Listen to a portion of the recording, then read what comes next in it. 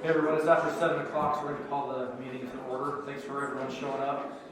We're going to ask that off the bat that everybody try to remain quiet during this so everyone can hear and that no one has to be asked to leave. We're going to start off the meeting with a pledge and a prayer. So the pledge will be done by Commissioner Hill and the prayer by Mayor Freeman.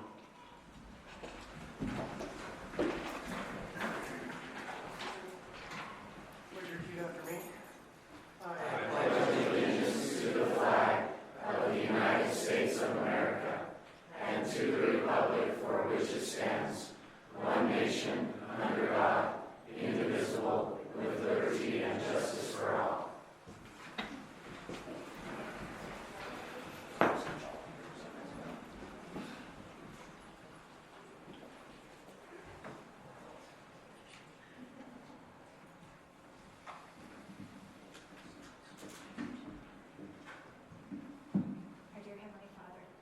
We are so grateful this evening to be here together in this beautiful country. We are grateful for this city of Hooper and for our residents that live here. We are grateful that for all of our freedoms that we enjoy. We are grateful that we can come together tonight as residents to discuss and to learn and to always be prepared to be open-minded and to be able to listen to things that are presented. We ask you to always bless our city. Please bless the residents that live here. Please bless those that are serving our country.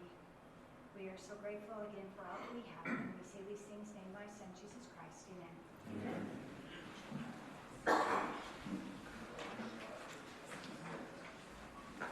Amen. So a quick rundown of the meeting format. We're going to have the developer give us a presentation, and then a bunch of you have submitted questions, and if we don't feel like those were answered in the presentation. I'm not sure, is Brian, are you going to read those, or is Morgan? No. We're actually going to read them. We will be reading them. Okay, so we'll read those and then go from there.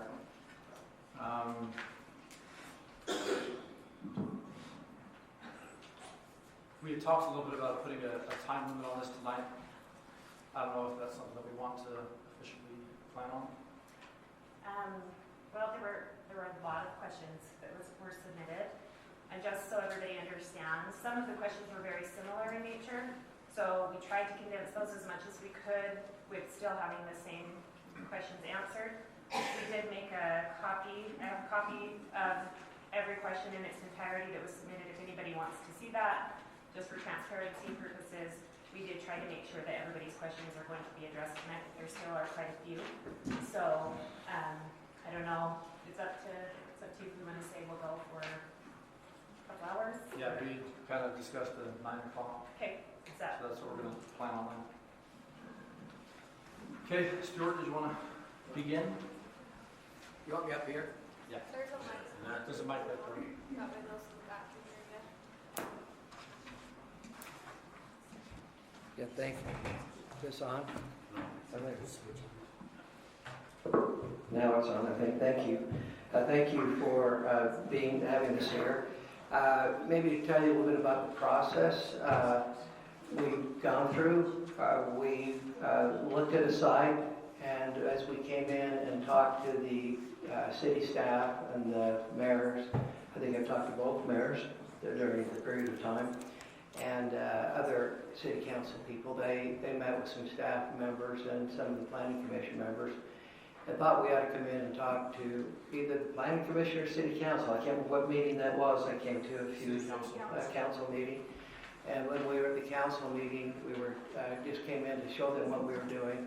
The formal process is that we'll come in and apply for a rezone, go through the planning commission, public hearing planning commission, and then go through public hearings in city council. That's the formal process. But when we were there, we thought we want to make sure we're transparent and everybody knows. So we've done, after that meeting, we met with a group of citizens and we agreed to do another meeting, which we did a week or so ago. And then we thought we'd even have another one. So different formats have been used in all 3 different meetings. There's probably pros and cons of every format that we've been. I think we've tried now 3. One, the first was a question answer. The second was a more of a formal open house that UDOT uses just to come and talk to people. A lot of those work really well because people get to talk individually. And then this one is submit your questions and answers. But this will be really the third one we've had, and we want to make sure we're getting questions answered, and we're trying to listen the best we can. And I know that's maybe people don't understand what we're trying to do, but we are trying to listen as much as we can. So much of this is technical, and I'm going to turn it over to my engineer, Brett Wallen with AWA, and he'll start and maybe go through and explain some of the technical aspects. Great, thanks, Stuart. To give you a little bit of background, and I'm going to walk over here, I put some handouts on your chairs there, and basically we'll walk through the site plan. Maybe I'll turn this slightly. I'm Brett Wallen with AWA. I'm the president of AWA. I've been doing consulting work for probably about the last 25 years. Prior to that time, I was a city manager, city engineer, redevelopment director for Woods Cross City. When I was there, we had a lot of similarities to what the city currently has and some of the challenges that they will have going forward. So I have a full appreciation for the processes and so forth. We work for mostly developers and private corporations like Smith's Food and Drug, independent grocery stores, Harmon's, Associated Foods, doing shopping centers all over the western United States. So the things we'll talk about really haven't been formally designed at this point because we're early in the process. We're going through, to have a project, we need to be able to have a rezone application approved to get into all of the details. But based on the experience that we have doing multiple projects in multiple states, we can talk about many specifics and the questions you have. And if appropriate, I'll try to answer as many as I can remember. I go back to my handout sheet I go through this process so it seems less formal, if that's okay. This is the project that is currently planned. I may say that I've worked with Stuart Adams for, I don't know, about 12 years, I'm guessing. We've done similar projects in Springville and Kaysville. So you can evidently see what kind of a project that we're proposing.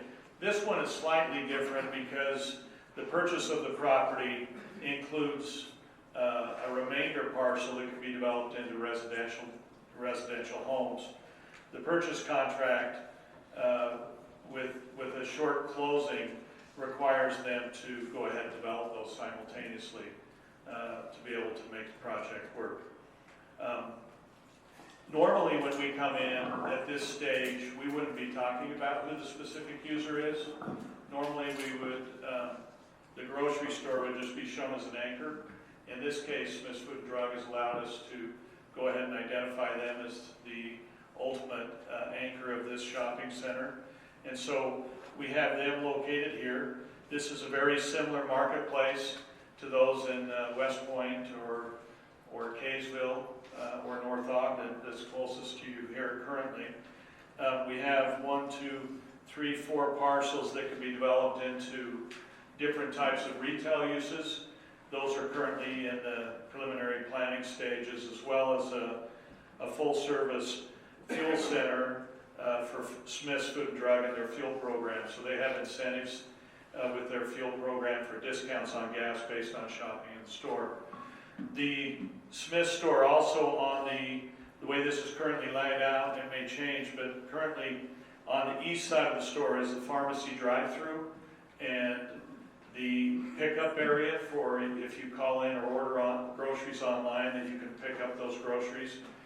The truck docks for the semi-trucks and any of the vendors would be delivering on the north side of the building. So trucks would enter off of 4700 South, circle around the back of the building, back into the dock, and then they would exit on 5500 South. We understand that These roads are controlled by UDOT. We have not worked with UDOT at this point in time. Once we have a project, we'll be meeting with them shortly thereafter to work on accesses. Typically, we're required to provide traffic studies, so we anticipate doing a full-blown traffic study and impacts. We would look at all of the traffic impacts included. We anticipate we would have a traffic signal at the intersection of 5500 and 4700 West, based on our past experience. Currently, the plan shows quarter-acre lots along the west side of the development to integrate with the existing residential, half-acre lots on the north side, and then a planned unit development with patio homes and townhomes is planned for the interior around the back of the store. Those are the current plans. Related to the residential, there were questions related to if we would be meeting some of the requirements that the state of Utah is looking at and providing incentives that are out there for moderate income housing. Those plans or those uses would be planned to be able to meet those requirements. That was one of the questions that came out. We plan on putting around the project where we're buffering against any residential, we would plan on putting a block wall or a CMU wall. That is fairly typical with all of our projects. The other questions that we have would be screening and landscaping. Our projects, regardless of city code and otherwise, our projects are going to be fairly typical with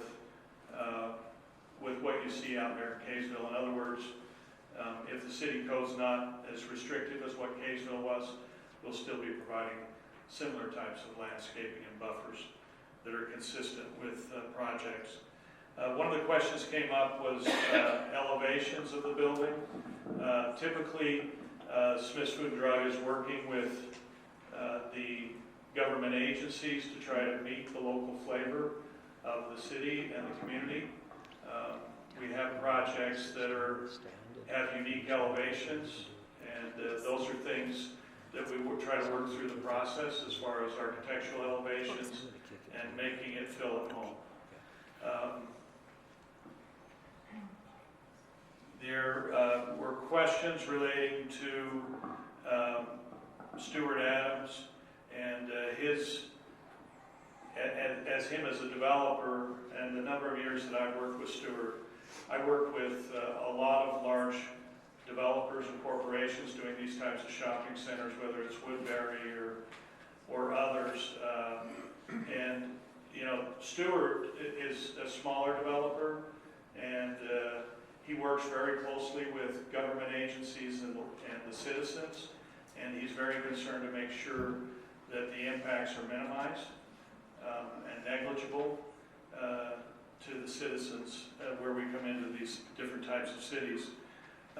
Some of the things that you'll find, and Stephanie Russell is here with us from Weber County. She can speak to some of the financial benefits to the city, but based on past experience, we can indicate that just based on the marketplace store, that they have hurdle rates that roughly about $52 million a year in annual sales is required to justify a store.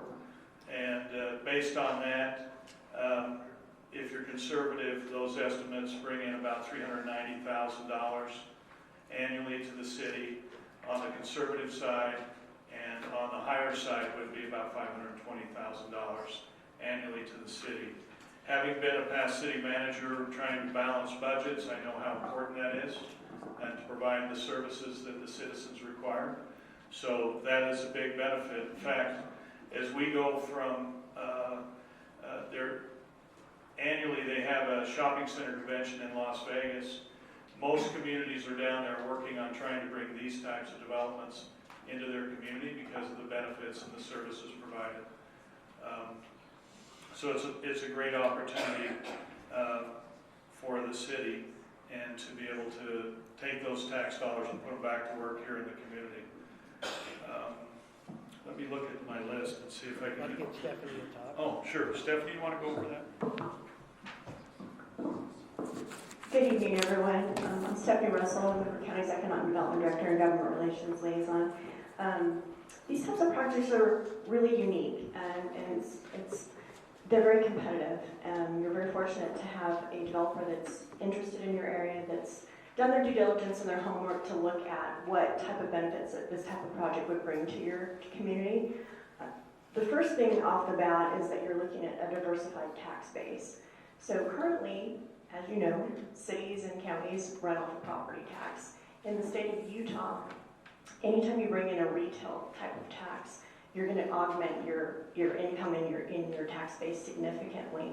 That's why these projects are so highly sought after and highly competitive, because they have very minimal impact to the actual taxpayers. It's just a benefit. You're going to get that retail tax coming out of this type of project, and you said they're estimated around $500,000 a year. The other aspect of this is that there's opportunities for improved infrastructure, whether it be your road system, your water and sewer system in this area, and the opportunity to put in future options for infrastructure. So these types of projects, we can look at it from a county standpoint. We can work with the city to possibly create public infrastructure districts, or look at even doing some tax increment financing to help lay that foundation to build these types of businesses to augment the needs from an infrastructure standpoint, whether it be water, sewer, roads, trails, those types of things. So from the county standpoint, we're willing to come in and support this type of development because it's a win-win for everybody. There's very minimal negative impact when you bring this type of a retail establishment, particularly a grocery store, into your livable spaces. Red, talk about the sales tax going away. Does it go away? Oh, thank you. So there was one question in here regarding sales tax and some bills at the state level that may eliminate sales tax on food. It's my understanding that the bills would eliminate the state's portion of that sales tax, but the city would remain to get their sales tax. So there would be no impact on those estimates that we're talking about based on that current bill. It's actually a constitutional amendment they're going to vote on this. Constitutional amendment, okay. A couple of other things to note. Typically when we work with the cities, there will be some restrictions on loading and unloading times for trucks. Typically those are from like 7 a.m. From the hours from 11 p.m. to 7 a.m. in the morning. There would be no unloading of trucks. Some of the other questions, if I can get these, we talked a little bit about beautification. Our projects will always incorporate pedestrian connectivity and try to provide walkable communities. And that's something that will get done in the planning stages. As well as, there was a question on lighting. So we always do a photometric plan with our projects, which tells you what the intensity of the lighting would be within the shopping center. Most cities will have requirements and dark sky ordinances, but consistently in our projects, we try to make sure there's no light trespass off-site. So in those photometric plans, we try to eliminate the light intensities as it gets to the property boundaries. There are cutoff lighting options and different things that can promote those opportunities. Typically, we're using LED lights, so state-of-the-art lighting fixtures, and that are low in use of power and more efficient and long-lasting. There was questions related to the demographic studies. There's been a preliminary demographic study completed by Smith's Food Drug and their partners, indicating that there would be a viable project in this area. Timing-wise, it looks like in the year 2027 is the anticipated timing for the project. The store typically takes about 14 months to construct. Let me see if we have other questions I can hit while I'm here. The stores are typically open from 6 a.m. to midnight. They also anticipate certain areas when they come in for a site plan approval that would be designated for outdoor sales, which typically they're limited just to specific areas. So typically it's along the front sidewalk where they may display landscaping or other incidental items that would get approved by the city as to where that can be located.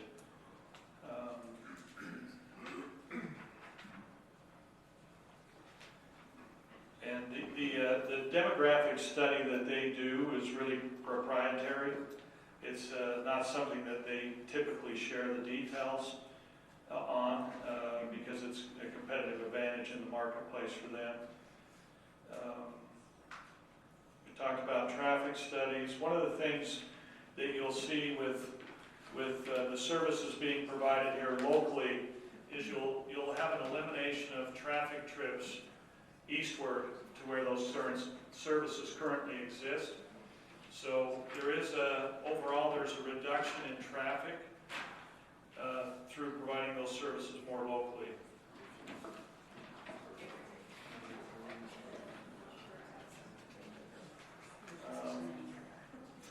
Stewart has indicated that he would like to provide interest to local businesses and local users in the shopping center. We've talked about a masonry wall for strong winds, for things blowing around. Sewer infrastructure is one of the big questions. There is a pump station that currently needs to be funded. My understanding is roughly about $2 million to fund the pump station. The project, the size of this project couldn't bear the full cost of the $2 million. It's pro rata share that the project can participate in.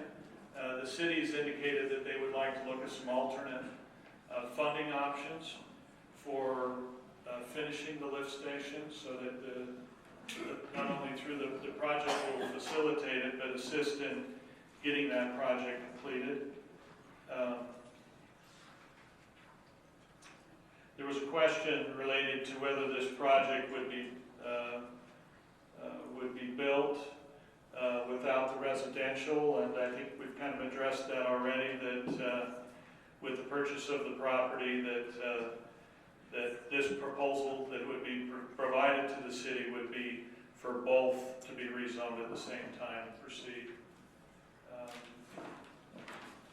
And then there was also a question related to Stewart's son-in-law working for the city as a city lawyer, and if he feels like he has a conflict of interest, we would suggest that he not get involved in this process. And try not to hold that against Stewart that he has a son-in-law.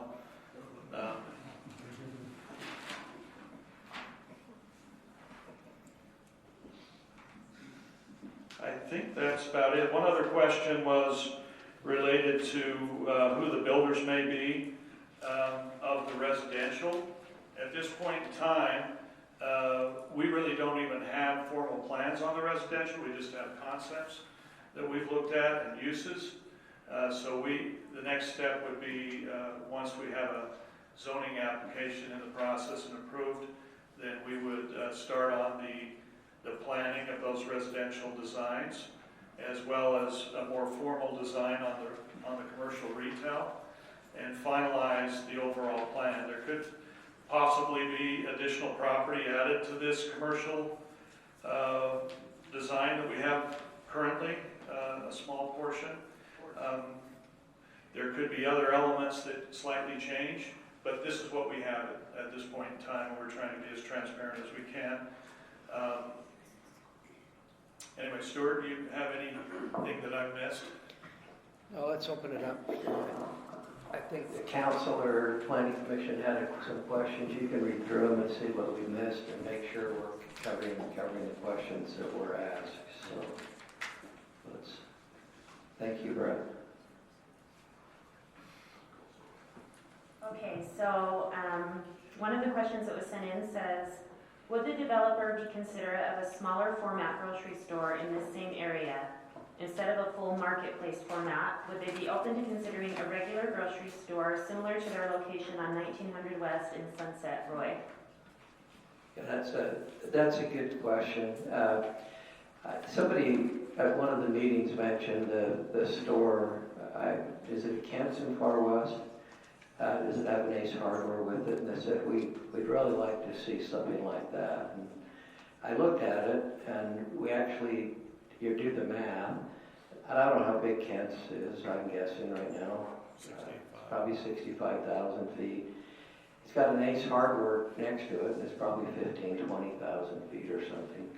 So when you add the Ace Hardware up with the Kent's, it's not much smaller. It's basically the same size as this store. And most communities look at, when you get a grocery store in, that's probably one of the most low impact, even though I know some people think it's high, some of the most low impact commercial you can have in an area. And it's, again, as was indicated by the economic development director, really convenient. I was surprised when we put in the Smiths in Kaysville. There were a lot of people very concerned about it, extremely concerned about it. And I was surprised at the number of people who came and talked to me after and said, oh wow, it's so convenient, it's changed our life. We're not driving, it's actually a community center for the kids, and it actually has become kind of the heartbeat of that West Kaysville area. And again, the trips into, it's not very far to downtown Kaysville from West Kaysville, but the trips into downtown Kaysville have diminished some, and it's been a community gathering spot. So we think it's the right size, and hopefully, there's opportunity to have competition. Some people might prefer a smaller store. Some people might prefer a larger store. This is not the size of a Walmart. Walmart can be up to 200,000 feet. This is a grocery store that's a little bigger than a normal grocery store marketplace. But it becomes a great asset to the city. We think it'll be a good thing. So. One thing I will tell you, having done this for the last 25 years, is the staying power of a national tenant like Smith's Food and Drug is significant for a community. One thing you don't want to ever have happen in a community is have a store go dark. The staying power of a national tenant like that is significant for the community. And again, some people might like a Walmart, some people might like a Smith's, some people might like, a Kent's, or some people might not like Weiner's, or some people might like whatever. But in America, competition's a good thing, and choice is a good thing. And people get to choose, and they get to compete. And we think that drives better for the consumer because it actually drives prices down. When you have competition, people try to compete against each other. They get better service, better quality of goods. That's kind of what's driven the marketplace in America. So it is an opportunity to have choice and an opportunity to have perhaps something a little different than what is locally.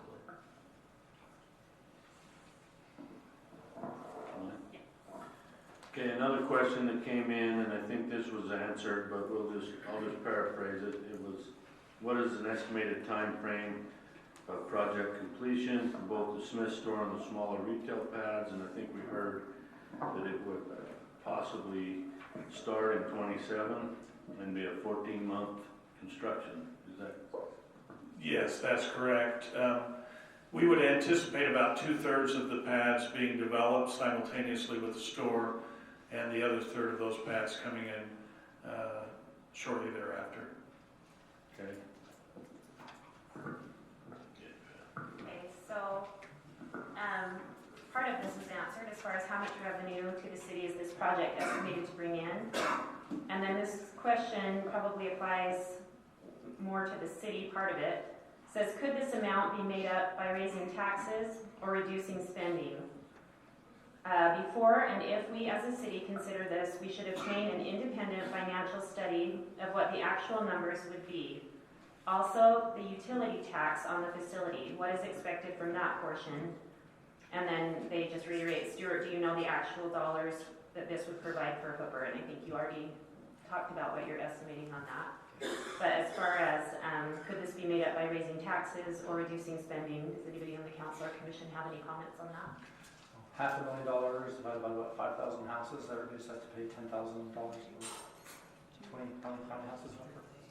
Yeah, about $20,000 more per murder house. That probably makes up the difference. So let's, Maybe it's not that much. we have to do the. Well, you could even do it simpler if you had, we got 9,600 residents. And if he said $500,000, what, 500,000 divided by 9,600? $52 per person.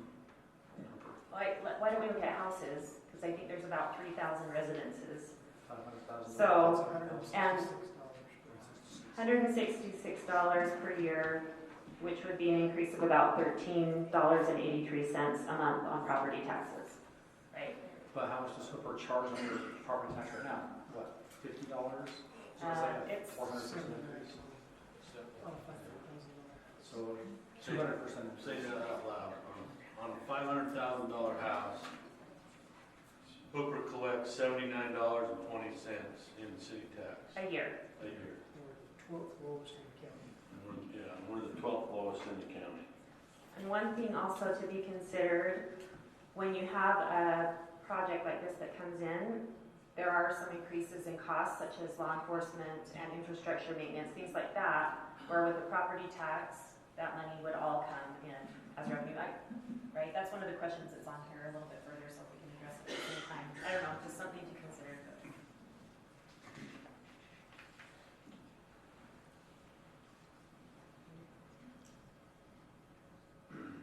So the next question that was brought up was, is the Smith's Marketplace portion of this development contingent upon you getting a rezone for the higher density housing surrounding it? Or are you willing to work within the general plan to keep the lot sizes between 3/4 and 1 acre? Again, the purchase of the property requires us to buy the entire parcel, so we need to combine the two together. And so we need to develop the residential as we develop the commercial. We didn't buy this for the residential, we bought it for the commercial, but we need to do both together. And we've just barely started into the process.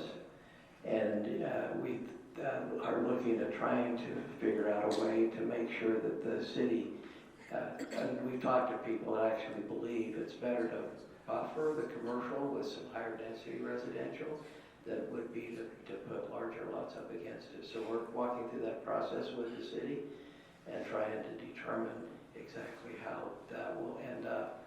But that'll be determined as we move through that process.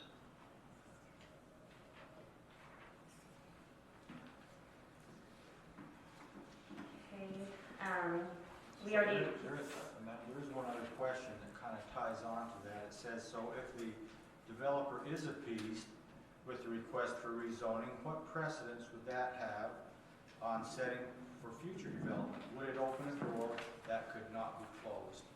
So that would be a question I'd have for the commission. I mean, if this was once allowed, and the general plan was open for this, to put higher density housing in, would that open the door for higher density housing in other parts of the city? well, I definitely think that's a valid concern. If we do it for one, then I think there would be more pressure to do it for additional developments that come in. I know that recently the council and the commission talked about updating one of the ordinances and how we would look at residential versus commercial, and we decided that that needed to be done as a case-by-case basis, that it shouldn't be a blanket for everybody. But I think that, we recently redid our general plan, and the consensus was that people wanted to see larger lots, and that's what we tried to put in place, and we felt like we tried to listen to the people that had feedback on that. And so, I can't speak for everybody, but I personally feel like it's important that we uphold what the people expressed unless that has changed. So maybe I'm just trying a little bit too, from what I've seen in other cities, is that question has come up. I've heard it before. And it would be very hard to find another situation similar to this. I don't think you'll get another grocery store in Hooper right now. I think this comes in. So when you look at trying to put a different residential structure around a commercial setting, that's pretty unique. And so when somebody else comes in and asks for it, they'd have to replicate the commercial center. And that's probably not going to happen. And so the city wouldn't probably do something similar if they don't have a similar situation. And the opportunity to have a similar situation would be very, very remote. At least the studies were showing that would be the case. Can I speak to that? There's a lot of truth in what you just said. I'm going to talk really quickly about our Western Weaver General Plan in the unincorporated Weaver County area. In order to accommodate the growth that's happening in the county, and it's happening at a very rapid pace, but also preserve that sense of place and that sense of space, which is really important to the residents in the county. Weaver County, in their general plan, designated through their planning commission and through their general plan very specific what we call development nodes. And these development nodes have a commercial component to them. In order for there to be any type of density, you have to have the commercial and the retail components to those development projects. So addressing this idea of what would happen if we let one person in the door, you can look at it from a code standpoint where it's like, well, we allow mixed use developments in these nodes. And it's a way for the Planning Commission as well as the commissioners in Weaver County to make sure that we're not just throwing a bunch of density out into a community, that it's very strategic, it's tied in with thoroughfares that we know that are getting developed out in the near future. It's very specific to these areas which we call development nodes. And the coding has been, our codes have been set like that. And that's very similar to this type of a proposal, is that you have to have that higher density around those development nodes in order to attract that type of commercial development. And the commercial development is very valuable to your community. It's so much more valuable than housing developments, or even in some cases industrial development, because it brings in retail taxes. That $500,000 a year in retail tax is very significant. Your community has some infrastructure needs that need to be attended to immediately. This is an opportunity for you to bring in a revenue stream that doesn't come out of your personal property tax to help pay for these infrastructure needs that are going to benefit the entire community.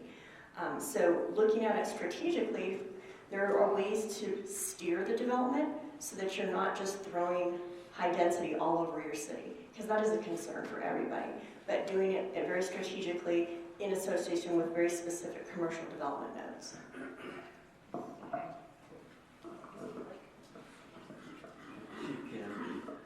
Or maybe it's, I guess. No, I can do it because I think this question was also answered by Mr. Wallen. You've mentioned you won't be doing the actual developing of the project. You already have a potential developer lined up, and you said that was in the works. You just haven't. And I can elaborate on that. We've had multiple different home builders. We don't do home building, but we've had multiple different come talk to us. We haven't decided who, but we're looking. My guess is there'll be more as the word goes out. So, but we haven't decided who. We're waiting the preliminary plans of it. And I think we've got good, capable home builders that'll do a good job. Did Smith's get a 10-year tax break on their other local stores, or any tax break on their other local stores that they built? I don't know, Brett, help me. You have to talk to. I'm not sure exactly what you mean by 10-year tax break. There, consistently in the state of Utah, there's no sharing of sales tax with any of the projects.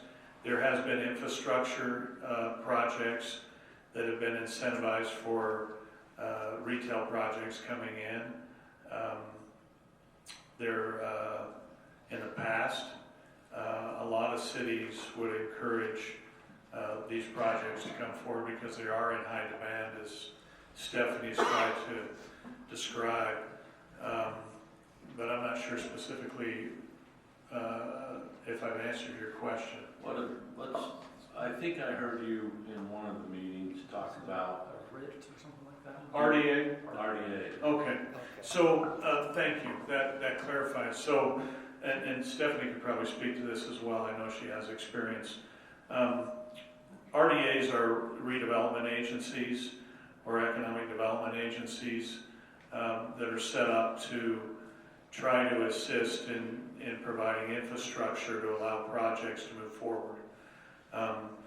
And in other cities, they're quite frequently used for a project like this. For example, the sewer lift station, there could be opportunities for the city to collect other portions of the property taxes that are currently going to other taxing entities that could be utilized for the infrastructure to incentivize this project to move forward.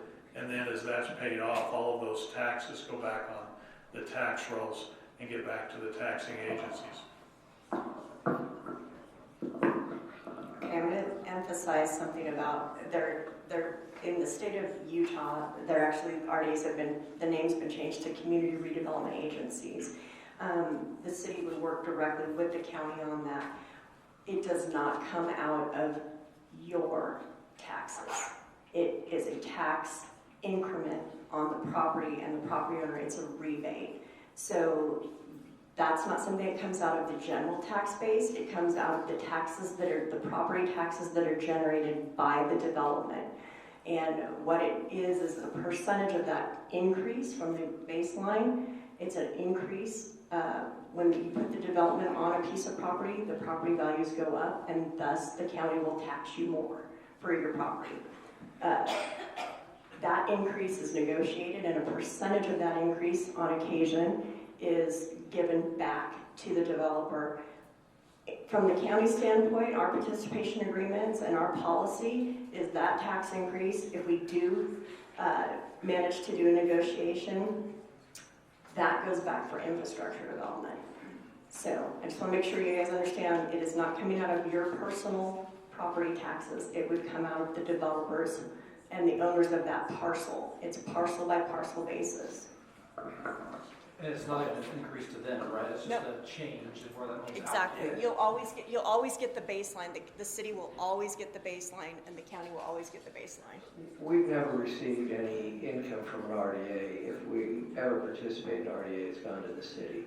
So the RDA money would go to the city, and they would decide how to spend it. So that if there were RDA money, my guess is they'd look at some of the impacts of this, whether it's a lift station or road improvements or sidewalks or whatever else. That's where the money could be used to try to help mitigate the impacts or provide services, like have been said, the sewer lift station doesn't exist. So a combination of that would probably be the focus of the RDA.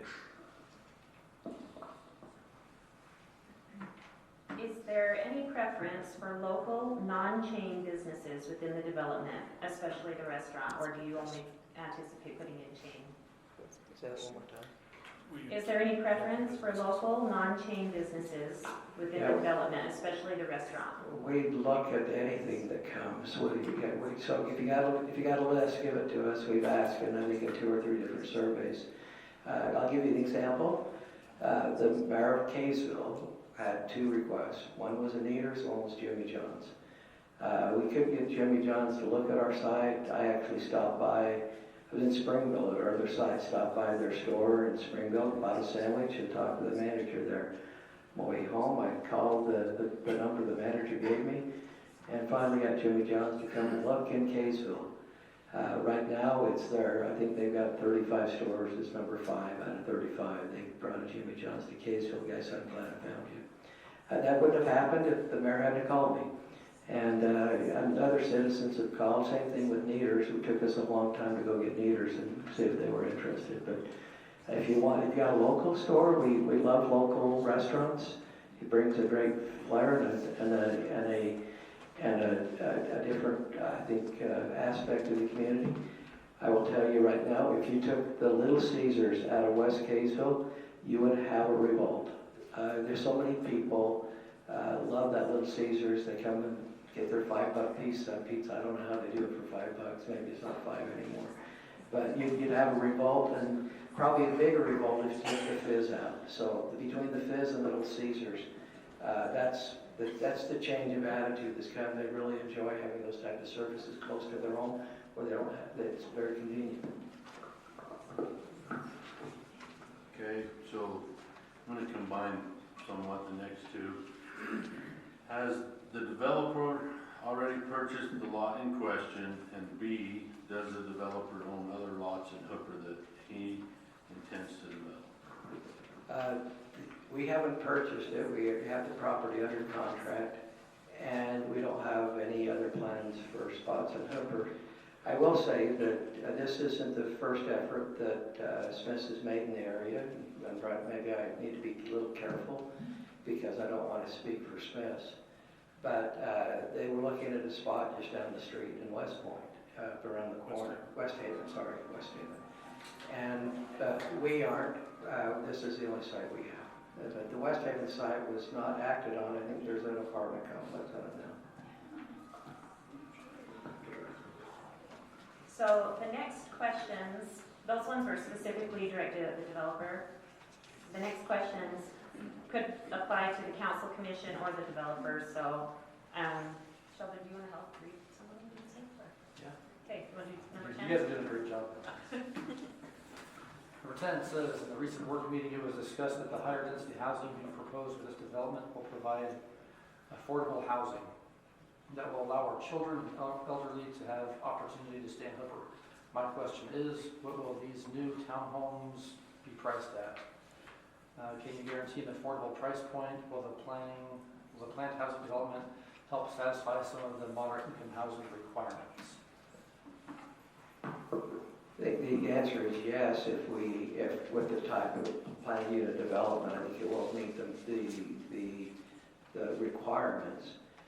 The question is, right now, we used to build a lot of homes. We did that a long time ago, and I'm an old guy, I suppose, but the homes we built were in the 80s and 90s. Our homes were priced at $67,500. We actually came up with a program where you could actually get into a home for $475 total move-in, closing costs, and down payment. Required you to plant 4,200 feet of sod, six shrubs and 1 tree. It was a sweat equity program done by FHA. Hey, Stuart, sorry I'm going to interrupt you. We're almost an hour into this meeting, and we've only got like 10 questions out of it. So the answer is yes. We're focused to trying to get the home, but the homes right now for a first home buyer is $450,000. And that's what basically is considered a first home. We would hope we would hit that, but I would also hope we'd be able to bring something in at maybe under that, maybe 350 to 400. But I'm not a home builder, would have to talk to them. Can that be guaranteed when the property is sold? I don't think you can guarantee anything in this market with interest rates going up and down. I wouldn't think anybody would want to guarantee anything. I just didn't know if you had control over what they can actually sell them for. If you could dictate that, probably not. I don't think so. I do know that, the first home program the state's put out, you get a $20,000 loan for your down payment and closing costs if the home's under $450,000. The numbers that I've seen is the average right now is about 390,000 to qualify for that. So if I were a builder, I'd try to bring a home into that price range. Somebody could take advantage of that program. This next question is a little bit lengthy, and it really only pertains if the development is approved. If the development is approved, will the city advocate for exterior beautification of areas like the parking lot, front apron, and front facade of the building with things like shrubbery, trees, and planting beds to break up acres of pavement and create a nice aesthetic? How will the design elements of the building, facades, and development honor Hooper's rural heritage? What walkable features and green space elements will be designed to decrease the heat from large asphalt lots and make the development walkable? Can the city require dark sky, which you mentioned? What kind of noise and light ordinances would be put in place for the property? Can the city place restrictions on ingress, egress for large trucks to preserve smaller traffic corridors on streets like 4700 West and keep semi-trucks out of residential neighborhoods? Can the city consider placing noise restrictions after certain times due to proximity to local neighborhoods?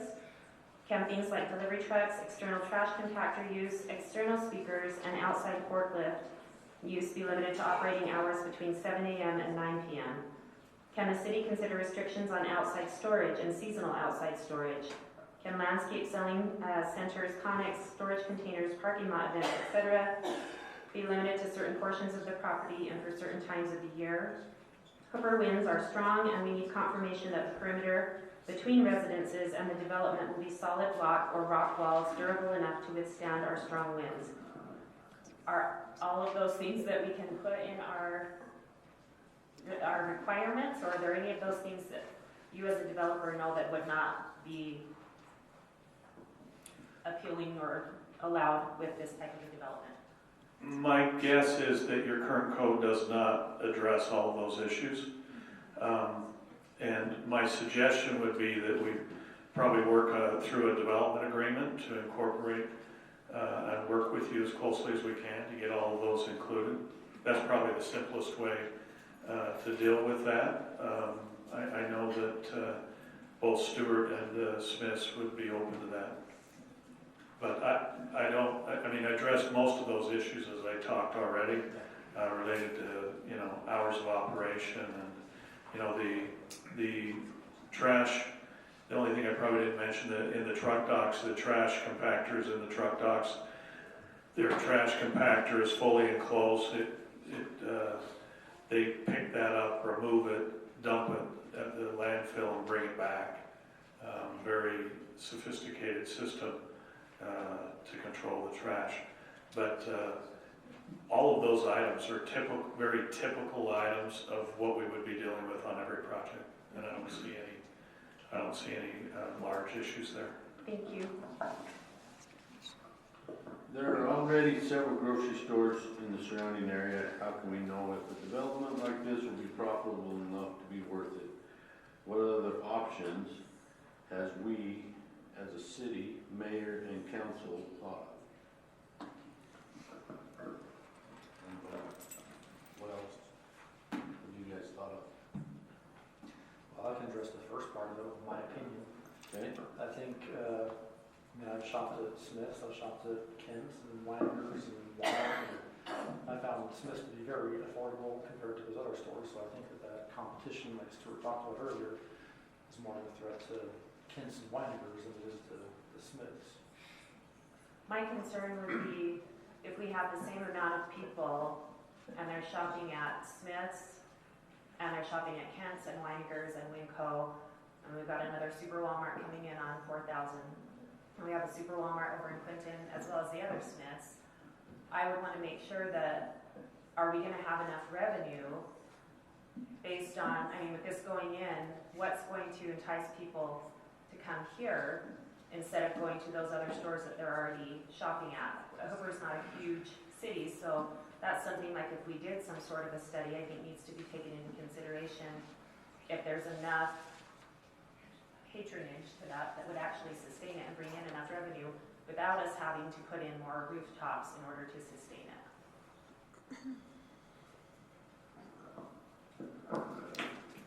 One of the services that I can work with you on from Weber County's side is helping you do a retail leakage study. That's something that we have access to that data through our partners on the state level. So that would be able to show you from a 1 mile, 3 mile, 5 mile radius what your leakage would be for with all the competition in the area.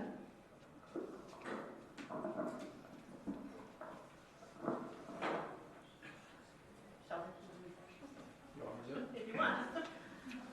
How will winemakers in Kent survive? That's kind of what I talked about. Also, rumors of Walmart going in to be built in West Haven.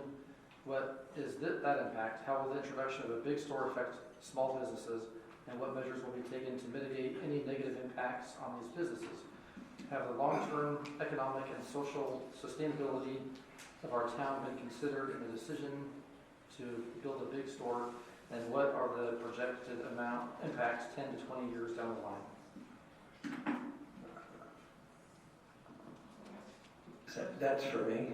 Okay. I'm not sure. Well, I'm sure if the council or mine is, you're talking about the impacts that you're doing, your impact the development's trying to manage. I might just maybe say that as I see this type of development comes in, it seems like it actually creates, like I mentioned before, a more competitive environment and actually lifts everyone up. And so, you know, you see the development in the community. We've seen sales increase by neighboring competitors just because people are coming in and actually showing up and shopping more, which is kind of a different animal. But I think you could help with that and try to figure out the models and show actually what happens. Yeah, we have access to that information with our partners at EDC Utah. So we'd be happy if you wanted to put some criteria together. I'd be happy to run that at the flagpole and get you that data. One of the things that in my research I came across says because the information supplied by developers is typically incomplete and may not represent an unbiased analysis of the public costs and benefits of a project, a growing number of cities now require that retail development proposals undergo a comprehensive fiscal impact analysis conducted by an independent consultant chosen by the city and paid for by a fee assessed to the developer. Such an analysis can provide city officials with a more complete picture of the impacts and help them determine whether to approve or reject a project. And I feel like that would be a really important thing to do because Hooper is not like a lot of the surrounding cities. We don't have our own police force. We don't have a lot of revenue coming in. And so I think we would need to look at this and see if the revenue justifies the costs that it would also bring in so that we can make an educated and an informed decision. Yes, I don't ever recommend doing a large-scale development project without doing a fiscal impact report or study. That's step number one in your due diligence process. Highly recommend that. And we could just help you go down that road as well. What is the timeline on something like that? How long does that take? It's project by project basis, but it could be as short as a couple months to 6 months. So depending on who you hire to do the impact study. When you consider the possibility of increased crime, stress on infrastructure, roads, sewer, I am concerned that this development might bring more loss and burden to the city than good. Will there be an independent financial impact study completed to determine if this is actually a good move for Hooper? We already covered that. So on to the next question. What plans are in place to address the potential increase in traffic and ensure the safety of pedestrians and cyclists, especially near schools and residential areas? How is this going to affect traffic on both 5500 and 4700? Will a traffic light be installed at this intersection? Yeah, we talked previously about the requirements of a traffic study be completed. We do those on every project. We'll work with the DOT, the Department of Transportation, on accesses and the traffic study, and all of those will be analyzed once the project starts to move ahead.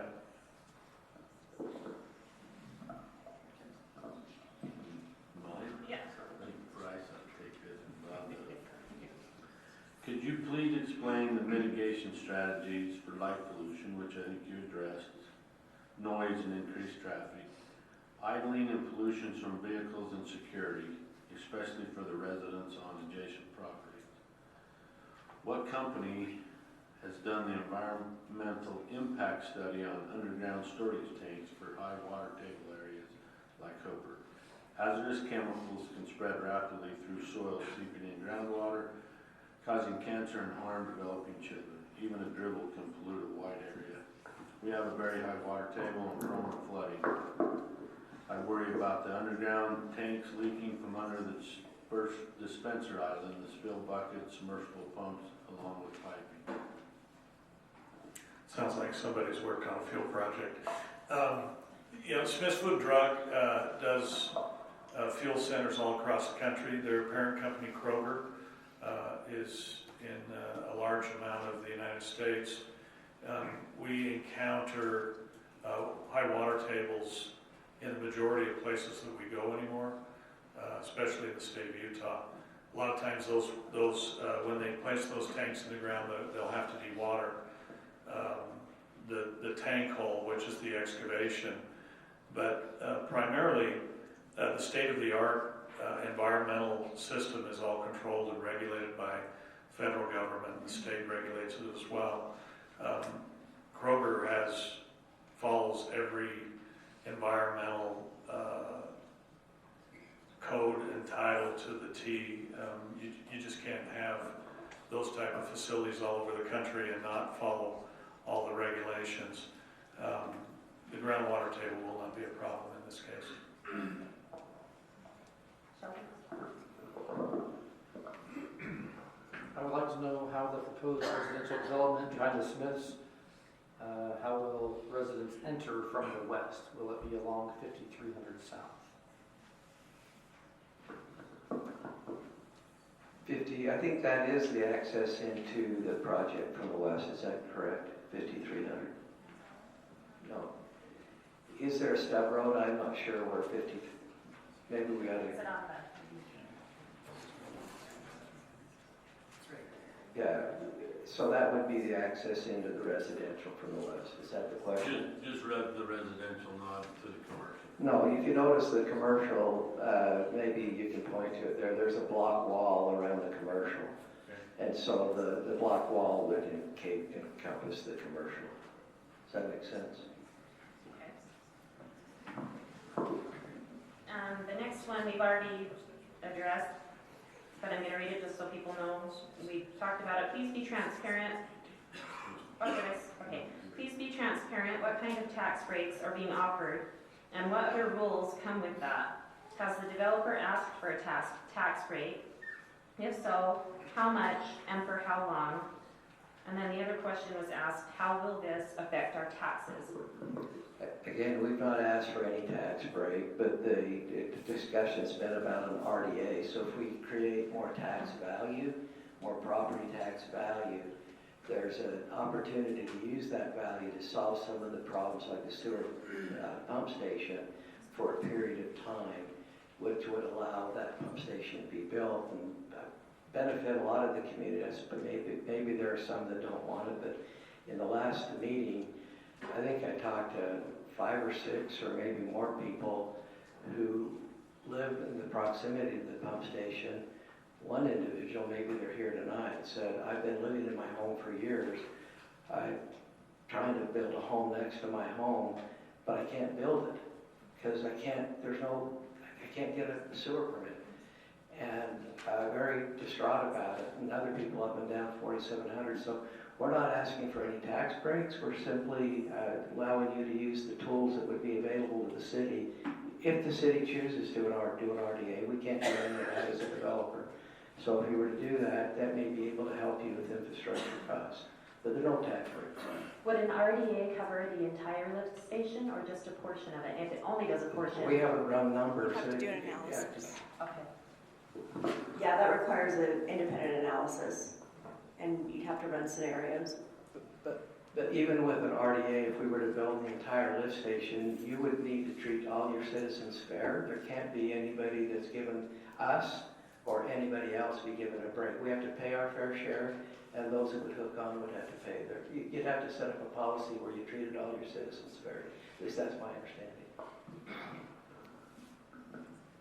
Okay. I believe this question was also answered by Mr. Wallen, but it says, how many rooftops does it generally take to sustain a store of this magnitude to make it profitable? How is that number affected by the amount of grocery stores in the surrounding area, Kent, Winder, Winco, Walmart, Smith's, and West Point, and now the additional Walmart in West Haven? Will more housing need to be built Hoopers to sustain this? And I believe Mr. Wallen stated that Smith's Corporation has done their demographic study, and they say that it can be supported in this area. Is that a true statement? That's correct. Does that take into account those other stores that are already there and the one that's coming in on 4,000? When they do their demographic studies, it anticipates all of the existing stores, and then they have to make a determination of what they know about potential new stores coming in, and that'll be on a case-by-case basis. The Walmart that continues to be talked about has been in litigation for a number of years. Our firm has worked on parts of that project. I think it's probably been on hold for about 13 years. Every year I hear that project's coming online, and I don't believe it to be true in this case, but I don't know the answer to that, and I'm not sure anyone here probably knows that either. Do you know by chance how many housetops they say there needs to be to support No, I'm something not, like this? I don't do those studies, and they're very sophisticated, and we could bring, maybe you do, but. No, they're done independently. Yeah, we don't necessarily have access to that unless the company that's looking to move wants to share that information. It's very proprietary. So we can estimate it, but it's each company has their own method of assessing that. They're not going to send site selectors out to a site and make an offer on a site without having done extensive due diligence on whether or not that site can support their business. I can tell you that. Is it possible, are those studies public where people could look and see what went into the criteria of deciding if it was going to be equitable or not? No, and a lot of times these studies are done without us even knowing that a particular company is coming. Generally, this is kind of a uniform project, to be really honest with you. It's highly competitive, so the fact that you know that it's a Smith's out of the gate is pretty rare. That's not something that's generally shared with local communities. When we get requests for information, we'll generally get a fake project name. They'll make up a name for it, and they'll ask for very specific data from us. They don't share their data. It's very, very rare. So the fact that you know as much as you do know at this point in the process is pretty unique, and it's very rare. That's accurate. Sorry, Debbie? Just for instance, Eagle Mountain did have theirs released, and they said that at least 20,000 people were needed to support a 55,000 square foot facility. So, compare that to what we have here, and that was their study that they did. So, and that was done last year.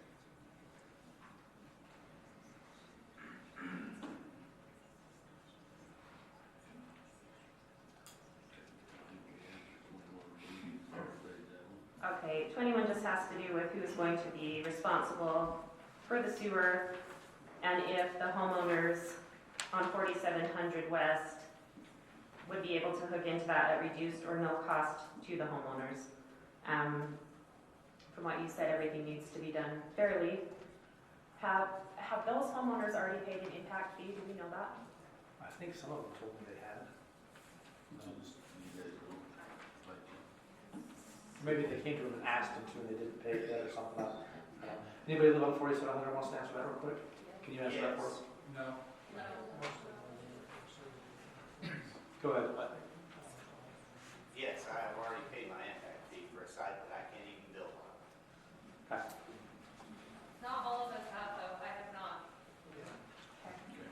So So obviously it wouldn't be fair if he's already paid it to, you know, have other people have a reduced price or something like that, so. I guess That's something that's, you know, down the road that would have to be decided. When 4700 West was improved, rather than tear up the road to put in this infrastructure, it was put in place at the time at the city's expense. And then developers that would eventually tie into that have come in and paid that impact fee. So if the developer has charged some of these residents for a lot they can't build on, we're not aware of that. The one developer did come in and pay the fee for that improvement that the city had paid on. So I just say that we can't build our project without resolving the sewer lift station, so that's one thing we'll have to do.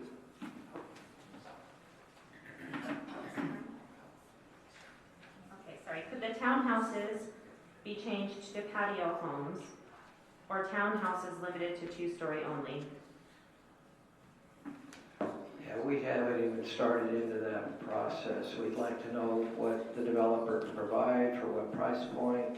I think that'll be something the city will want to know too, probably in a planning commission meeting or city council. So I think it's better to get more details and then try to, after you have the details, make a decision.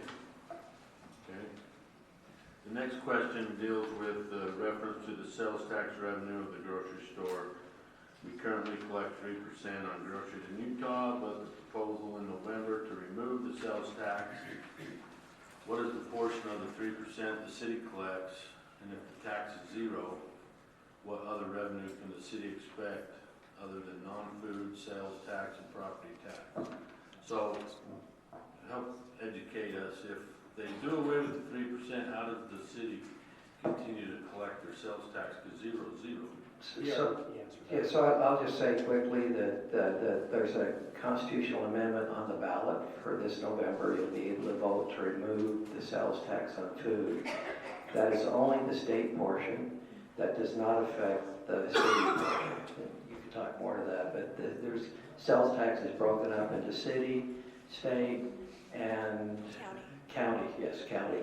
And so the county and the city sales tax remains on food, and if you vote for or against it, it won't change it. The sales tax on food for the local cities and counties will stay in place. So it basically has no effect. Can I ask just a question on that? So I just want to make sure I understand.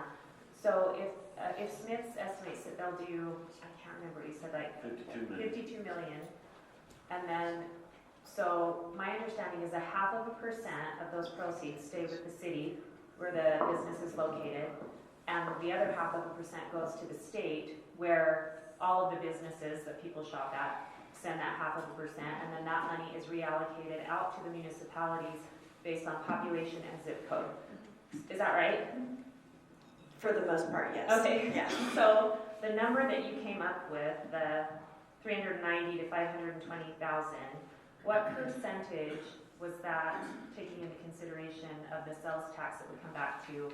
Is that based on 0.5%, or is it based on another number? I honestly cannot answer that question for you because I did not come up with the numbers. Because I had heard the court was around 250, and so. And I'm going to give it to Mr. Wallen. He's Yeah. correct. He calculated those numbers, but basically it's to try to guess to see how much money will come back to the city after it's paid to the state.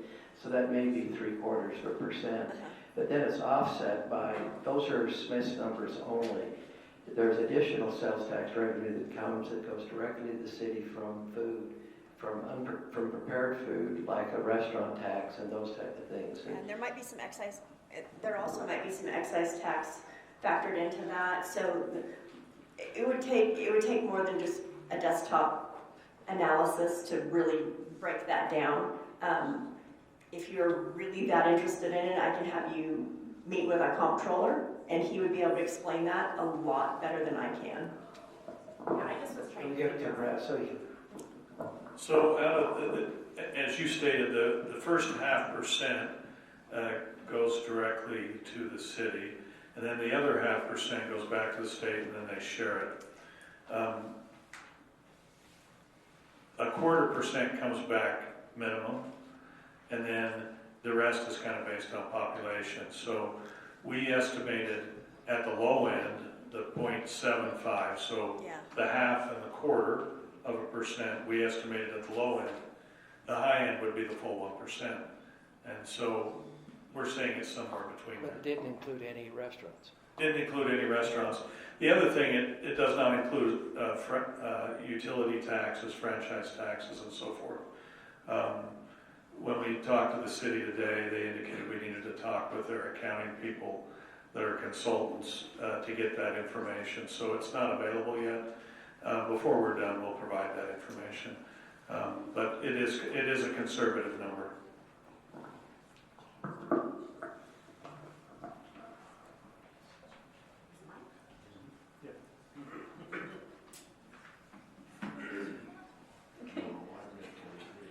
All right, question says, are Stuart Adams and Mike Schultz the ones suggesting this build?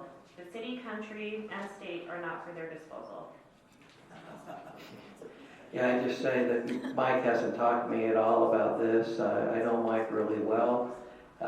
We haven't had any conversations. He's not one of the builders that would even talk to me about doing residential here. I don't know if he wants to develop in his hometown. But I will say this about Mike. I see him quite often during the session, 24 hours a day it seems like. Off times, I see him probably 2 or 3 times a week. I trust him with my life. He's a guy with integrity, and despite what anybody feels, he is somebody I would trust, and I've had great experience with Mike. But he has nothing to do with this development, and it's just it. It actually says, is there a conflict of interest between the city lawyer and Senator Adams? Senator Adams is a developer and is invested in real estate. So I talked to our city attorney, Brandon, today. He said that he will not be involved in any meetings, which is why he's not here tonight. So he has recused himself from anything to do with this because of any perceived conflict of interest. Either another lawyer from his firm or a totally separate lawyer that that we can find would be involved, but he will have no interaction on this project. And I'd second what Brett said. Please don't hold it against him. He's my son-in-law. Okay. What incentives is this developer being offered from any source to build in Hooper? What incentives is Smith's Marketplace, the other businesses, or the housing developments being offered by any source to build in Hooper? Any incentives? No, I think we've answered that. Let me clarify again, the RDA we talked about, I think, before, but that's not an incentive. That comes from increased property tax that we create.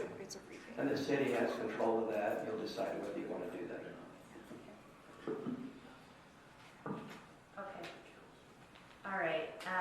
This goes to the council and commission. When this development's tax base is no longer sufficient to support the additional growth of Hooper that this commercial development would bring, how does the city and the planning commission plan to obtain additional funds at that time?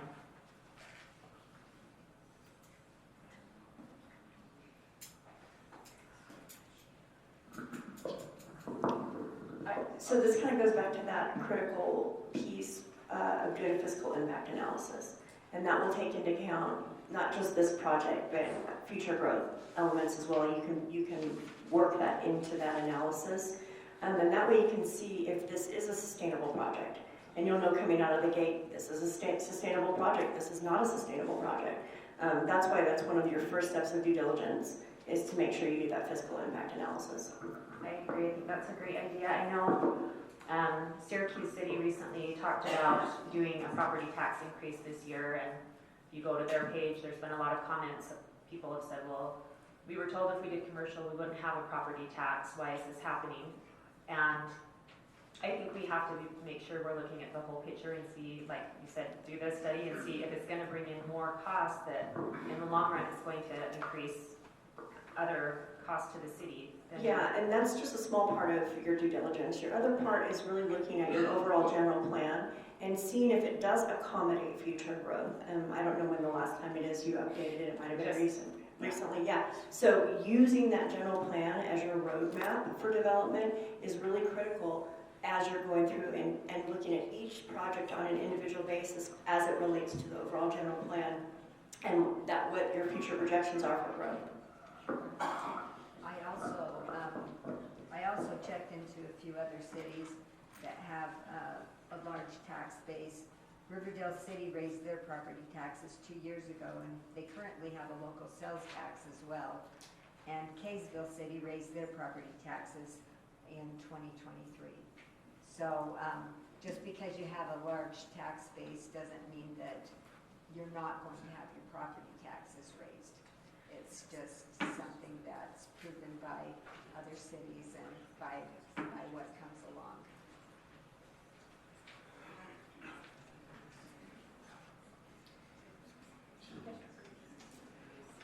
Moving on, 27. 28. Why don't we have a plan for the roads and houses that may be built around Smiths? How many and what type of housing units are being proposed? How close are they being built to one another? Can I ask you a question before you answer that? I went out and I drove by the West Kaysville Smiths today. Those homes that are to the west of that, did you put those in, or were those part of the package like this? Or No. Okay. No, we didn't build any residential around the Kaysville Smiths. It was independent. So, yeah, we don't know yet, and we haven't gotten that far along with the city or with any developer or builder. We really can't answer. I don't. Brett? Kaysville, that'll be later. Yeah, in Kaysville, some of it existed to the south. The immediate west came later, but there were a lot of homes around it to begin with.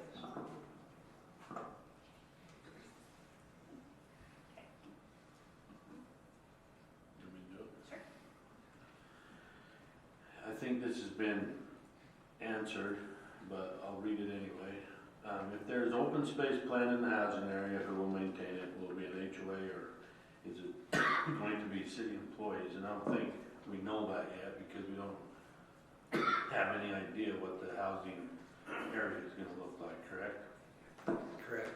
If it is a HOA, it'll be maintained by the owners or the residents of that HOA. But that's yet to be determined, I think. Okay, so this is a question for the city council and the planning commission, and I think we've discussed this. Yeah. If the developer is appeased with the request for a rezone, what precedent would that be setting for future development, and would it open a door that could not be closed? Can we answer that? On a case-by-case basis, correct?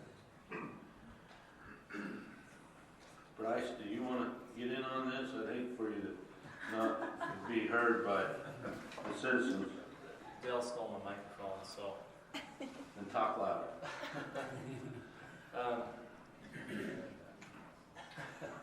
Thanks. Ask your question again. Sorry, I was writing my notes. 31. Okay. Give me a long one here. As stated by Mayor Bingham, one of the reasons for needing to move forward with this commercial development in Hooper is to increase revenue. Mayor Bingham specifically said that the city is losing money on sewer, trash, and recycling. This seems to be a mismanagement of city funds. I do not expect the city to cover the cost of my residential utilities. Why have the rates on our garbage, recycling, and sewer bills not been raised to cover the costs? Would appropriately raising the utility bills decrease the need for large commercial development in our city?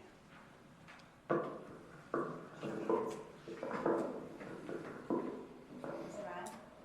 I will go ahead and answer that question. Can you hear me? Is the microphone on? No? Okay. So it was brought to my attention when we started working on the budget by our then financial manager that we had not been charging enough for sewer and the garbage rates.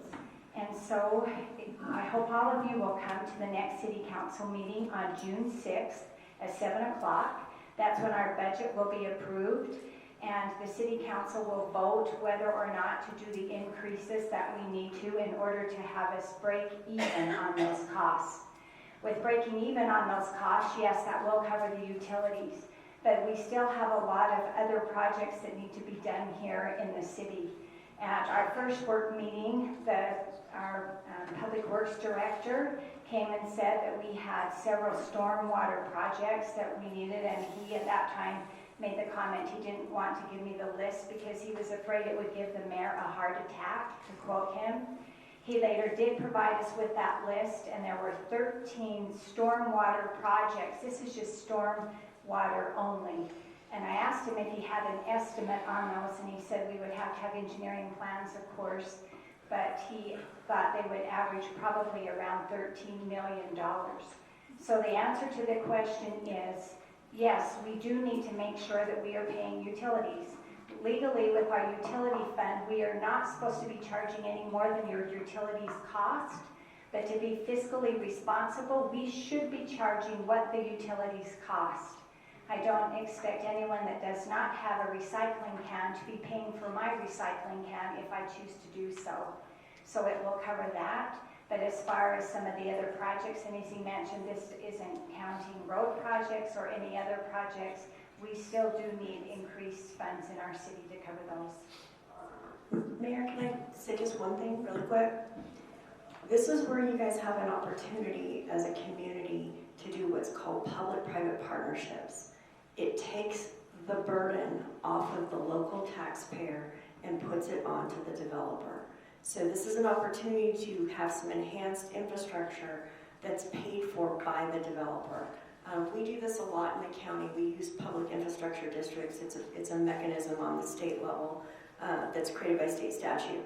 But you can do it very simplistically just through your development agreement process. So you have a lot of infrastructure needs here that can either come out of your pocket by raising property taxes or raising your fees or charging you impact fees, or you can look to bring in economic development partners that are going to lift some of that burden off of you as a taxpayer. So my understanding is the RDA we talked about is only for this specific location. It would be, yeah, that's how it would be set up. Is what you just talked about would be for different areas in the city? If you go and use, let's call it CRAs, because that's what they're actually called, they're community reinvestment areas. If you use a CRA, That's only for this area that's being developed. it goes back into the area that's being developed, but it can be used for infrastructure that's outside of the project area, that's outside of the actual parcel. So the state allows you to do that. Are there stipulations on that? Is it only, or anywhere outside of the parcel area that it can be used for that? It depends on how you actually set up the deal, to be honest with you. So there's a process, it's governed by state statute, but the city would work directly with the county to help set that up. And you can put stipulations in that, how that money is to be spent. And the state does dictate how some of that money is spent. I was just going to say that the large budget deficit that's been being talked about lately was if we did not make any changes to our utility prices. If we just went along, not charging anyone for anything, that did create a huge deficit for us. So I just wanted to make that clear that was part of that amount of money. Well, in my understanding, and I'm not a numbers person, so I could be confused, but my understanding was that we have about $4.2 million in our capital improvement fund, and that some of those funds can be used for some of these projects that need to be done. Am I understanding that correctly? Yes and no. We do have money, so a city is required by law. We are supposed to have so much in a savings account. Everyone has heard of the state rainy day fund.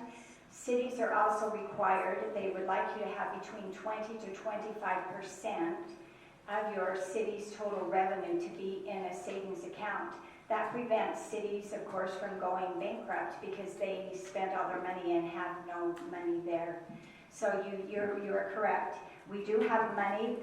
Currently, there is approximately $4 million in our capital project account.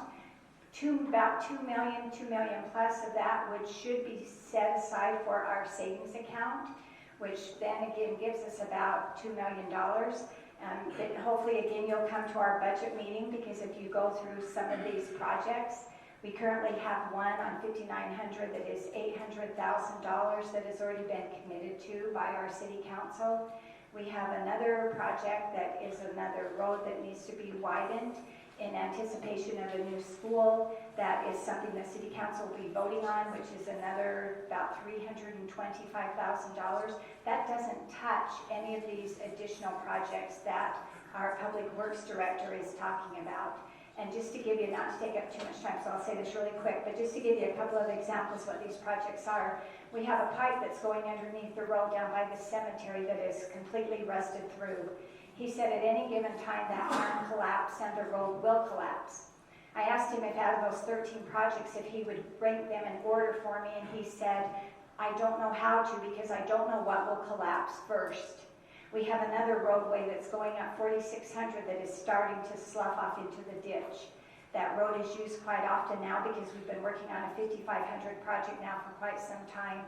So they are projects like this that need to be completed, but we have not had the funds to be able to complete them. And just one other real quick note too that I just recently came to my attention is we in Hooper City do not charge a road impact fee. When we have developers that come in, there are certain impact fees that we have been charging, but a road impact fee is not one of these, which is something that we also want to be doing a study and looking at because there are possibly other impact fees that would be passed on to the developer that would also benefit Hooper City and with the infrastructure of our city and could help pay for some of these costs.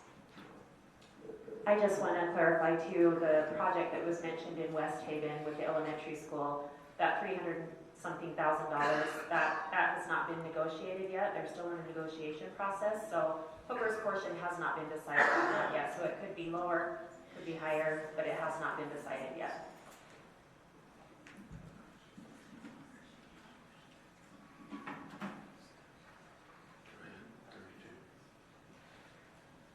Okay, it says, this seems to be a topic that has the citizens of Hooper quite stirred up. Many seem to have strong opinions about development of this kind and size in our community. If this issue was put to a popular vote today, do you think that it would pass? As representatives of the citizens of our city, do your decisions for the city accurately reflect the opinions of the majority of the citizens of Hooper? And I don't know that there's any way to answer that. Well, other than I guess. I think you can go back to the general plan, and I think as a planning commission, we've tried our best to stick to that general plan as much as we can. We've created commercial zones on that general plan, one of which is being talked about tonight. We have commercial zones along the main corridors right next to the neighboring cities. We have it on 4,000, where the Hair Place and the Eyelash Place is right now. And we also have this development right here along 4700 that is commercial. And that's what we deemed in our general plan. So if we're not doing something, I guess, along the lines of the general plan, I don't know how you guys feel, but I think we should uphold the general plan. I mean, we're open. I think we review that general plan every 5 years. And then we can make changes as we deem necessary, but I know there's been quite a few decisions in the recent months by the planning commission that we've stated, look, it doesn't fit in the general plan as we stated it, and we're not, and this was due to some subdivisions, and we're not going to break away from that. So I feel like we've been pretty good at sticking with what the citizens wanted, and we put that general plan together based on town meetings and surveys and things like that. So. Number 33 says, can the city solicit UTA to extend bus services from 3500 West to 4700 West? This would draw business to the store and create transportation avenues for Hooper residents to areas like Front River. We used to have a bus route here in Hooper, and I think it was removed because it wasn't used. But you know, something like this, I don't know if this would change that or not, but we can always petition, right? Yeah, and if you do your demographics analysis, there is a way to petition UTA for that. But I will tell you, you're going to have the density for them to come out here. They're not going to come out for 3rd-acre and 1-acre lots. How will the construction of a big store affect the small town character and charm that our residents value? Have you considered how much this is going to change the quality of life for the residents that live around this property? I think a good way to gauge how it could change things is to kind of drive by some of the other developments that are like this. When they put in this type of a development, take a drive and see if this is what you envision for Hooper, maybe. Talk about what you witnessed in Heber, maybe a little bit on like developments like this. So What you've seen. I work a ton in Heber and Midway and stuff, and they all have their own design criterias. So stores, doesn't matter who it is or what kind of store it is, it's all based on what the city has and the feel that they want to keep. And I don't see why Hooper couldn't do the same thing. As far as with the retail pads around the Smiths, is like Heber kind of kept it rural and made it look like it fit into the. Just like it belongs in Heber City. Yeah. So when we asked, I think we mentioned this when I was on a call with you, Stuart, that Smith's is not really open to changing what the outside of their store looks like. Is that correct, or did I misunderstand that? We're way over our skis. They know we're actually mentioning their name, but I wouldn't want to speak again for Smith, okay? So if I can do that, I think we are way out ahead of them, and I think they'll come in and tell you what they can or can't do. You can look at the store in Heber, see what they've done, but I think it's better to let them speak for themselves. And I think when we're talking about the quality of life for residents that live around the property, again, if you drive through Clinton or West Point and you look at the traffic patterns and the congestion, I think that that could be expected. I think that, you go over into Clinton, and when you put an anchor in, you're inviting all of those other things that are over there to come in with it eventually, right? And so I think we just need to think about that, and that's one of the reasons why it's important for you guys to fill out the survey so that you can, some people are really for that, some people are really against it. We just want to hear what people have to say, and I think that there's examples that are already in existence that you can look at to kind of see what we would be dealing with. Yeah, and I just say as you look, West Castle is probably a good example. You got to go look at Clinton. Tell me what's there. Don't they have a Lowe's and a Super Walmart and isn't there another Kohl's? Ross. I don't think Hooper's going to approve that, but I could be wrong. Okay, but I think the grocery store is probably all you're going to get. So as you look at it, try to compare apples to apples.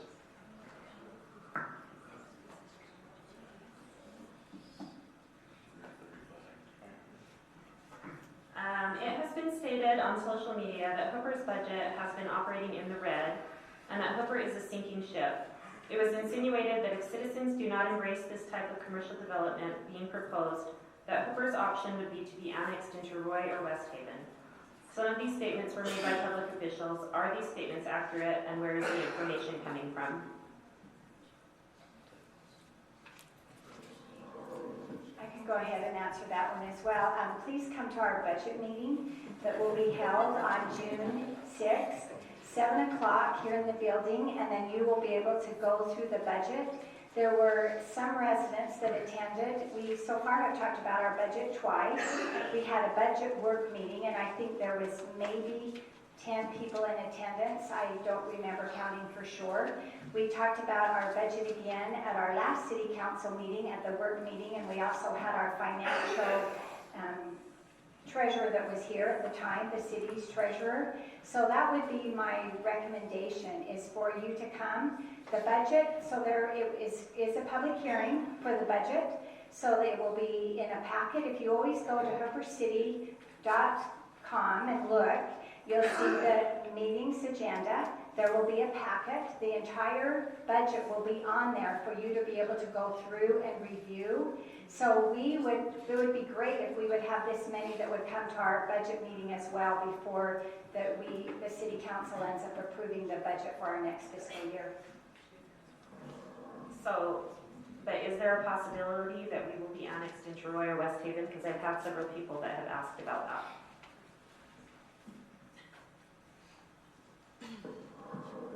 I don't know of any time that we would be today, and I think I know what you're relating to. And if any of you were at our last city council meeting when John Bond was here, who is our Weber County treasurer, he came in and he said there are 4 things that cities need to look at. So you can raise taxes, you can have commercial businesses, you can cut services, and those services that are usually cut are either public works or public safety, things that are cut. And so he said, cities really on a regular basis, and he talked about a truth in taxation, which is way too long to go through tonight, but cities on a regular basis do go through their taxes and say, are we bringing in enough budgetary means to be able to sustain our city? Reasons why cities do get annexed into other places is they are not a sustainable city. So again, like I say, please come to our budget meeting and you can hear all of that. Because what we want to make sure is that Hooper is always financially sustainable enough to maintain everything that you want here.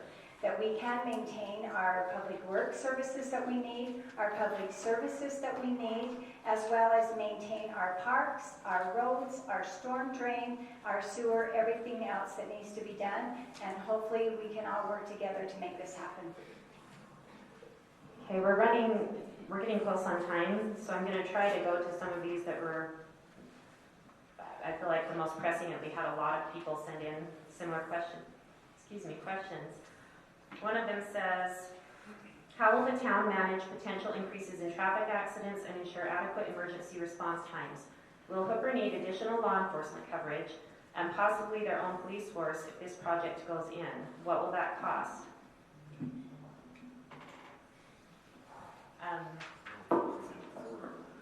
That can be answered with a fiscal impact study. Okay.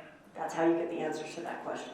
Okay, and that is something, you know, I've used this as an example before, but over in Clinton, you know, it used to be, there was just that little gas station that was over there, and then they had an anchor store that came in. It was all country before, and now that has filled in to where before the sheriff's department covered that, and they no longer could cover that size of a situation, and so they did have to get their own police force, and those are things that we will need to look at if something like this goes in. We've got the West Weaver corridor that's coming in just to the west of here, where potentially this could fill up with commercial because there's going to be a lot more traffic that's getting on and off the freeway right there. So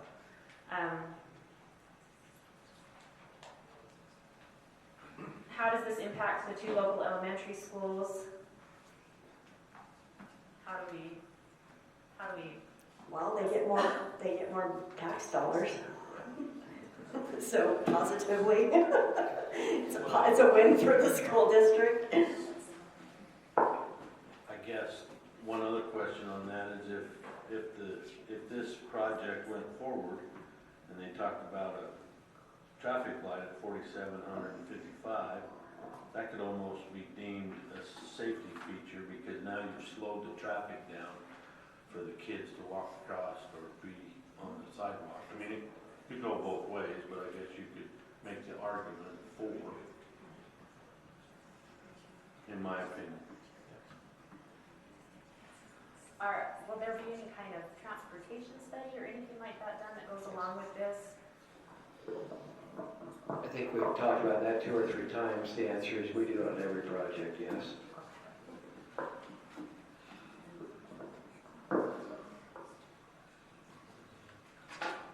Okay.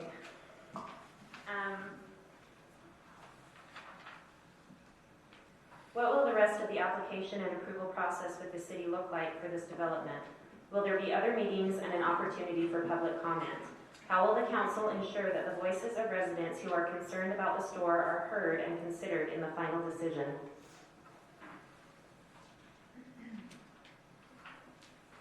Anybody want to answer that? What question number is that?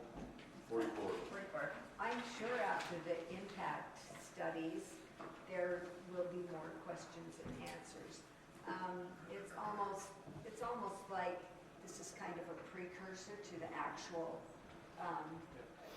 meeting, you know, because until we have that information, we really can't go forward with anything.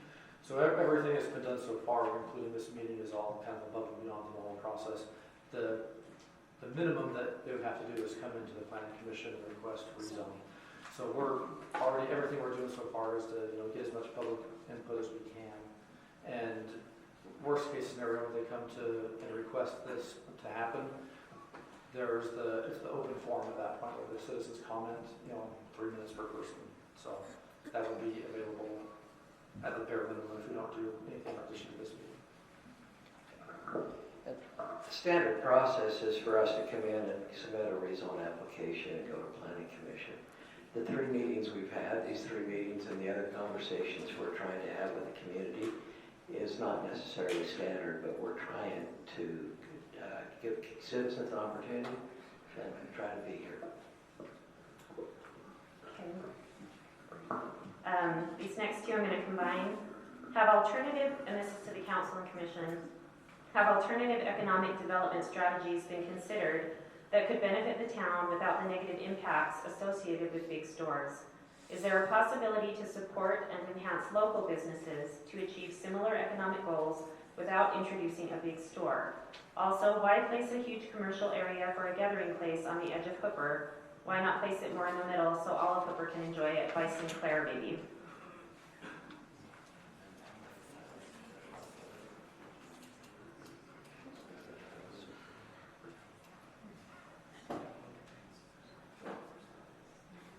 I think when it talks about alternative economic development strategies, that's something that we could possibly be aided by this fiscal impact analysis so that we know if this is something that's beneficial.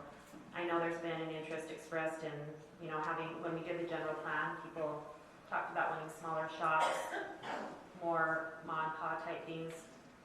I think we need to look at those and see revenue-wise what that would look like for the city versus something like this.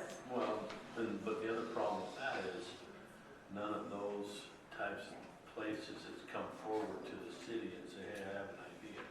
I mean, granted, this is the first one that's come forward, and we're open to anything really, but these guys have been the first, and we haven't heard of any other businesses that said, hey, we're thinking of coming into your city. What do you think? And I think also one of the questions on the survey, there have been people that have expressed that they would prefer to pay a property tax rather than have something like this come in and change the way of life out here, as some of the sentiments that I heard expressed. So again, it's important that we hear from the public and we know what they would prefer. But also make sure you have your data. So doing your fiscal impact study is going to tell you if this is a feasible project and what the impact is going to be on the community from a financial standpoint. And that might be a lot more appealing to your residents versus raising your property taxes. Because in addition to augmenting your services, it's also going to show you how it would aid your infrastructure needs. Secondly, retail leakage studies are going to show you where the best location for these types of projects are. So that was part 2 of that question, is how do we know if this is a good location? Your retail leakage is going, and I can guarantee you that Smiths has already done that study. I don't know for a fact, but I would bet money that they've already done a retail leakage study. And that's why they've chosen that location. You mentioned just a couple minutes ago about the expansion of the West Corridor. That is coming, and it's coming fast. The county's already working with UDOT to look at where that location is going to be. We're going to be doing a comprehensive study in the next year to actually determine where that road's going to be. So that development is going to happen quicker than expected. So doing your due diligence is your next step in gathering that data, and that way you can go back to your residents and say, listen, this is what the studies showed, and that will aid you in putting your development agreement together. That'll aid you in putting any type of CRA that you're interested in putting together, because you're going to be planning for long-term growth, not just a short-term project just to get a retail center in. This affects your long-term growth as it relates to your general plan.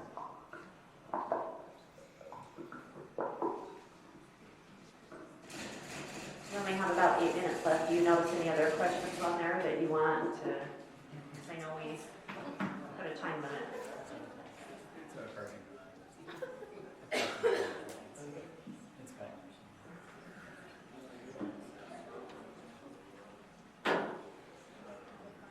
It's too bad I'm not hourly. This is pro bono. Maybe one more question. If there aren't any other questions, I don't know, maybe I'd just like to say thank you for putting this together. And these things are at times difficult. We know we probably see things differently.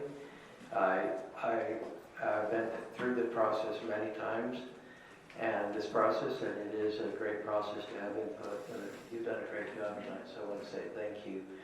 I've seen things change over time, and I would invite you to go see the best one. I think that'll be similar to this because there's no other retail around it, is the Caseville project we've done. If we go look at it, drive by it, it's 200 north, if you know where the white drain silos are on the freeway, just take that Caseville exit and go west a mile and you'll see it.